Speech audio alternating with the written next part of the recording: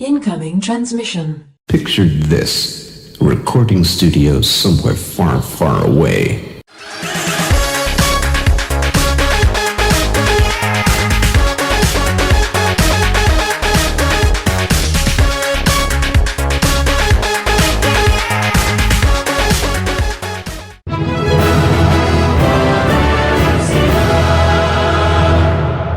Welcome, Watchers of Illusion, to my Castle of Confusion on the 13th of August 2017. I'm looking at Super Return of the Jedi. Now, you probably know I'm not so good at these games, so I'm going to pop the difficulty down onto easy and see how we get on.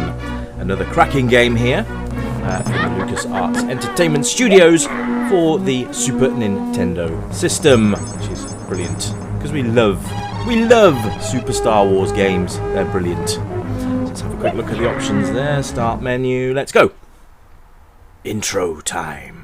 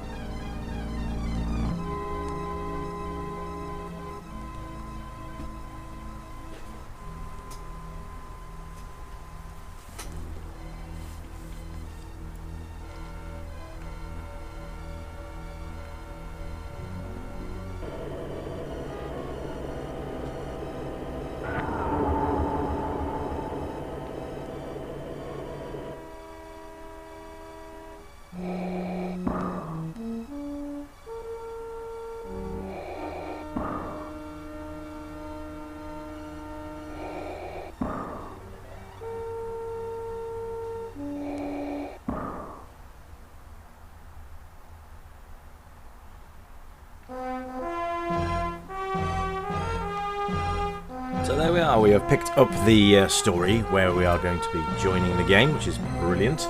And nice intros there, very, very reminiscent of the movies, of course, with the scrolling text and all that. It's quite a nice touch. By the way, in case you were confused, as it's my Castle of Confusion, do apologise if it said arcade review on the Super Return of the Jedi and Super Star Wars reviews. I've just forgot to change the intro graphic on that. Do apologise, we'll remedy that. Anyway, this is the first level and I'm doing really well. Yeah, basically, so you take the control of this little speeder craft and you press X to accelerate and fall off the edge. Try not to do that. But basically you've got to beat the time, well, not beat the timer, you've got to get the timer down from 1000 down to 0, and then you will start on the next part of the game. I quite like this one. This is probably one of the easier transport levels that we've seen in the last few games. Obviously with the Luke's speeder level doing my nut in on the original Super Star Wars, but this one is infinitely easier, but I just had to get my controls sorted out. After not playing this for many, many years. But you can see how smooth this is. It's really nice, actually. You can see a health bar up in the top left, designated by a lightsaber, and you have lots of little things you can collect, and as you go along, you can collect health bars and stuff as well as you go. You can collect those rebel insignias as you go as well. I think bonus points, which is fantastic. I think once you get enough of those, you get an extra life, sort of like Mario and collecting coins. So there you go. But it's quite nice. Actually doing very well now that I've managed to plummet myself off the edge several times at the start. And there we go. So another little cutscene here.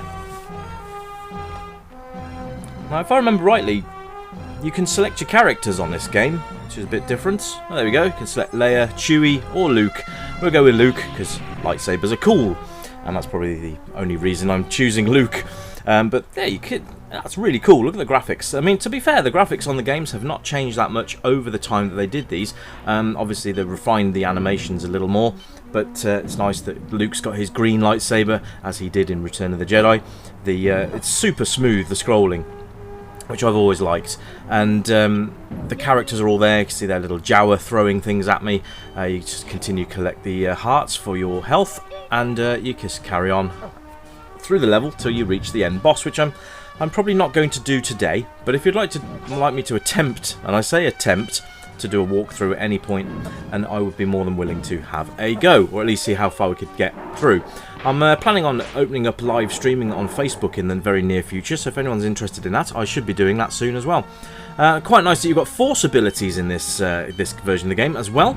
Say this version, it was the SNES only, but this iteration of the series. So now you can throw your lightsaber across the screen. In fact, you can control where the lightsaber goes. See in the top right hand corner, that is your Force ability bar. When that depletes, you can no longer use your Force abilities, but I think that's a really, really nice touch to the game. Adds a little bit more of a dimension to it and makes it a bit more fun, which is nice. So we've got this we've got these little platforms that are sort of little creatures floating around. You can use them, or there are alternate methods to getting up. None of this Empire Strikes Back rubbish of falling to your doom every 5 seconds. And the little R2 units that you can see there, they are restart points, and they come in incredibly useful along your levels. So there's no restarts. I hope you're listening, Super Empire Strikes Back. But yeah, it's really nice, very nice, and probably the best in the series. And lots of cool bosses along the way, Rancor monsters, etc, etc. But you can see here, Force speed now in use, and that's a really nice effect as well.